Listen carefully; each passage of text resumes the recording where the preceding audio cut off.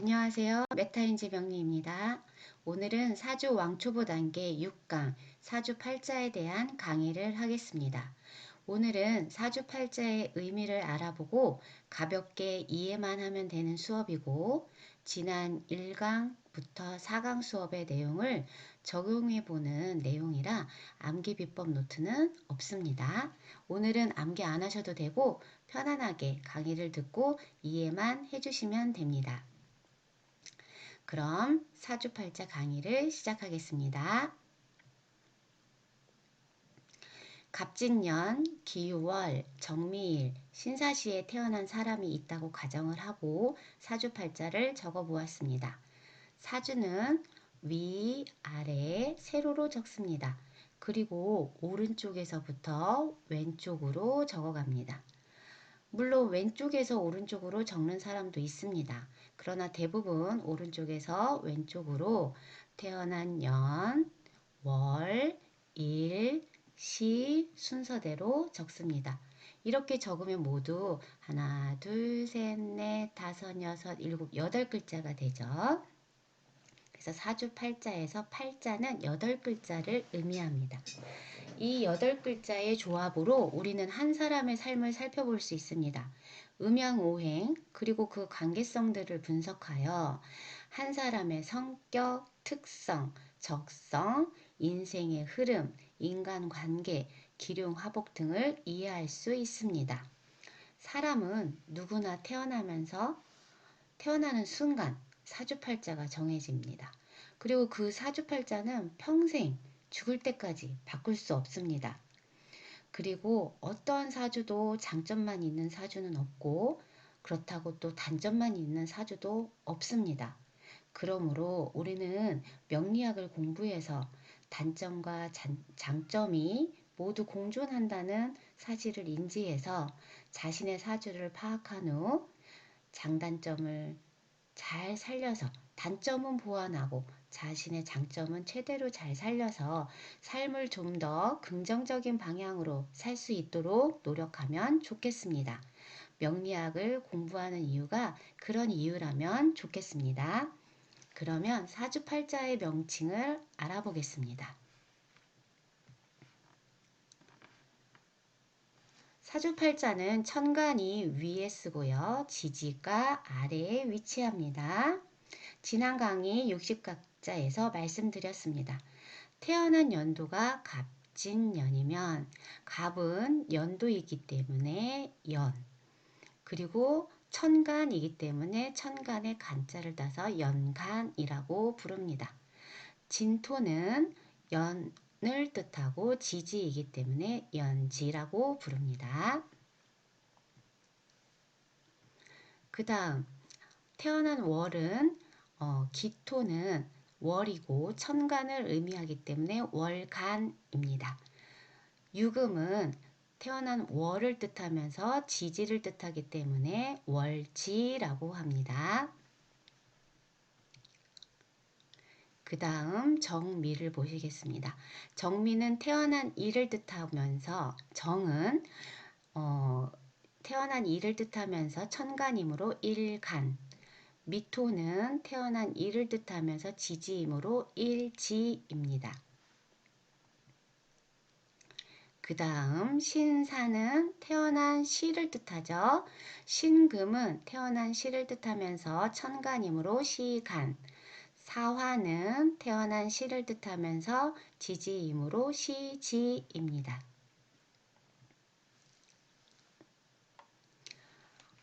연간과 연지 이 두 글자를 합쳐서 연주라고 합니다.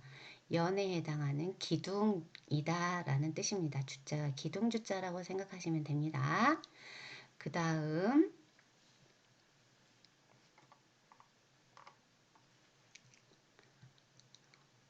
월간과 월지를 합쳐서 월주라고 합니다. 일간, 일지를 합쳐서 일주라고 합니다.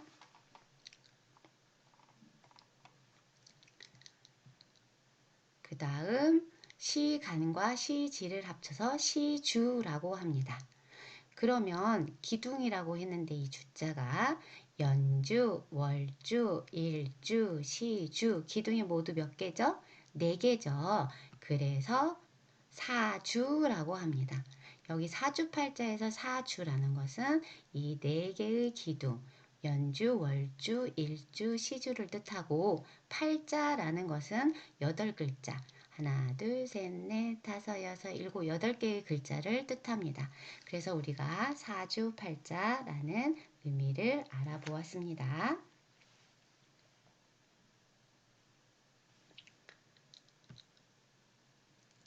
사주팔자에서 나를 뜻하는 글자는 일간입니다. 일간은 태어난 날의 천간을 말합니다. 여기에서는 정화가 일간입니다. 나는 여기서 일간은 정화이고 정화의 기운을 타고났기 때문에 이 사람은 평생 정화의 기운을 바탕으로 살아간다는 것을 의미합니다.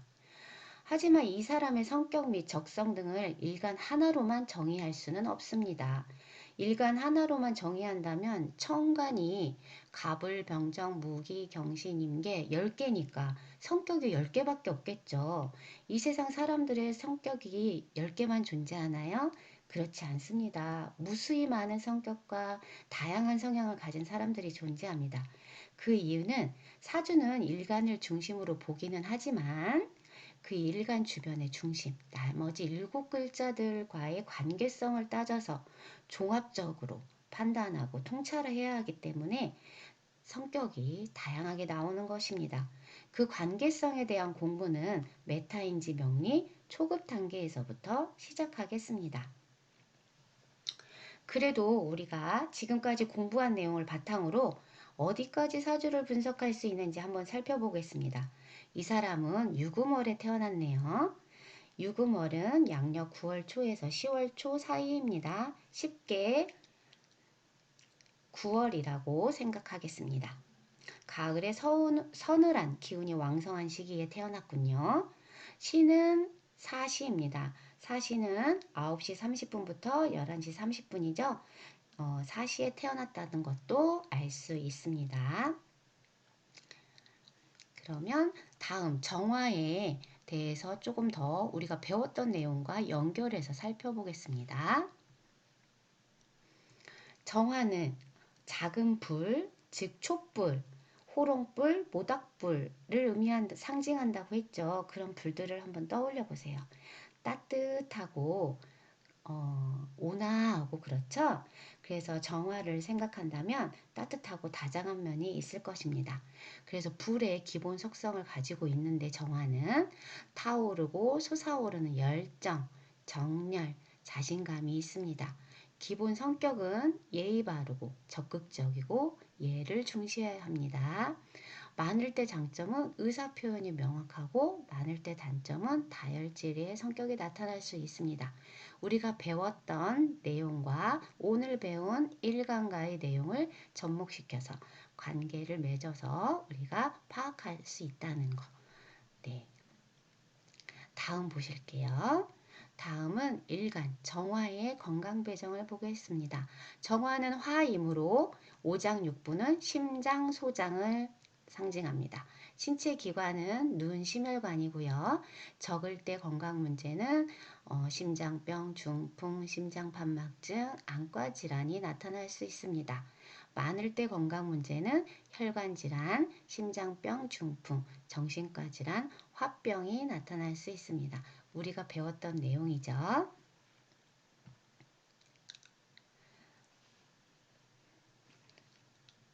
다음은 음양의 조화를 보시겠습니다. 사주팔자 8글자에서 음양이 잘 균형을 갖출수록 좋다고 판단을 합니다. 연주부터 살펴볼게요. 갑지는 갑이 양목, 진토가 양토입니다. 기유는 기토가 음토, 유금이 음금입니다. 정미는 정화가 음화, 미토가 음토입니다. 신사는 신금이 음금, 사화가 음화입니다. 이 사주는 음양의 조화로만 볼 때는 음이 강한 사주이네요. 그래서 음이 나타나는 상징하는 성향, 뭐 소극적, 여성적, 뭐 그런 성향들이 나타날 수 있다라고 생각하시면 됩니다. 물론 종합적으로 판단을 해야 합니다. 우리가 배운 내용을 적용해보는 차원에서 살펴보는 것입니다. 그럼 다음은 오행의 구성을 보겠습니다. 오행도 목, 화, 토, 금, 수가 사주팔자에 골고루 균형 있게 잘 갖추어져 있는 사주를 우리가 좋은 사주다 라고 할 수 있습니다. 한 가지 오행만 너무 많거나 아니면 한 가지 오행이 너무 없거나 아예 존재하지 않는 오행이 있을 때는 문제점이 나타날 수 있습니다. 이 사주는 하나씩 살펴보겠습니다. 목은 간목으로 한 개가 있습니다. 화는 정화사화로 두 개가 있습니다. 토는 기토, 진토, 미토로 세 개가 있습니다. 금은 신금, 유금으로 두 개가 있습니다. 수는 아무리 찾아봐도 없네요. 수는 0개입니다. 그래서 이 사주는 목, 화, 토, 금은 있으나 수가 없으므로 수가 없어서 나타날 수 있는 문제점이 있을 수 있겠다 라고 생각하시면 되겠습니다. 다음은 상생과 상극을 알아보겠습니다. 정화는 사주의 주인공을 뜻합니다. 우리가 상생과 상극을 잘 배웠는데요. 이거 상생과 상극은 아주 중요한 내용이기 때문에 반드시 외워야 됩니다. 자, 상생과 상극으로 이 사주팔자를 살펴보겠습니다. 정화는 일간으로 나 자신을 말하죠. 사화는 정화와 같은 일간입니다. 그 다음 기토, 진토, 미토는 화생토로 정화가 생하는 오행입니다. 그리고 간목은 목생화하죠. 이 간목이 정화를 생합니다. 그래서 일간을 생합니다. 그 다음 신금, 유금은 화극금으로 정화가 금을 극합니다. 그래서 일간이 극합니다. 수는 없지만 생각을 해보면 수극화로 수가 정화를 극합니다. 그래서 일간을 극하죠. 사주에서는 나와 같은 오행, 여기서는 정화와 사화, 그리고 나를 생해주는, 나를 더 만들어주는 오행, 여기서는 간목입니다. 이 오행이 적절히 있다면 힘이 강한 겁니다. 그래서 내가 힘이 강한 사주가 되는 것입니다. 반대로 내가 일간과 또 일간을 생해주는 그런 오행이 아주 적다면 이 사주의 주인공은 약한 힘을 갖고 있다는 뜻입니다. 또 반대로 일간이 생하는 오행, 화가 토를 생하죠. 그럼 화는 계속 토를 만들어내느라 지칠 것입니다. 그리고 목 말고 일간이 극하는 오행, 금, 불이 금을 계속 공격합니다. 또 제어를 하고요. 그러면 또 화의 힘이 약해질 것입니다. 그리고 수가 불을 자꾸 끌려고 해요. 그러면 또 화의 힘이 약해지겠죠? 그래서 일간이 생하는 오행, 일간이 극하는 오행, 일간을 극하는 오행이 많다면 이 사주 주인공의 힘은 약한 것입니다. 그렇다고 나의 힘이 강할수록 좋은 거냐? 정화, 사화, 간목처럼 나의 힘이 더 많으면 많을수록 좋은 사주냐? 그건 아닙니다. 나를 생해주고 나와 같은 오행도 적절히 있고 나의 힘을 빼는 일간들도 적절히 있어야 서로 도와주고 견제해 주어 균형을 잘 맞출 수 있는 좋은 사주라고 합니다. 개수로만 한번 볼게요. 이 사주는 나와 같은 오행, 나를 상해주는 오행은 정화, 사화, 목, 간목으로 3개. 그리고 나를 극하거나 일간이 극하거나 일간이 생하는 오행은 총 5개이죠. 그래서 나와 반대 세력이 힘이 더 셉니다. 그래서 숫자로만 보면 일간 정화의 힘이 그렇게 강하지는 않다. 또 그렇게 강하지는 않지만 여기서의 문제는 수가 없다는 거. 이 수가 없어서 나타날 수 있는 문제가 있다는 것을 한번 생각해 보시면 좋겠습니다. 우리가 지금까지 공부한 내용으로 아주 작은 단편적인 부분만 살펴보았습니다. 그러나 우리가 볼 수 있는 사주를 분석할 수 있는 부분은 여기까지가 한계입니다.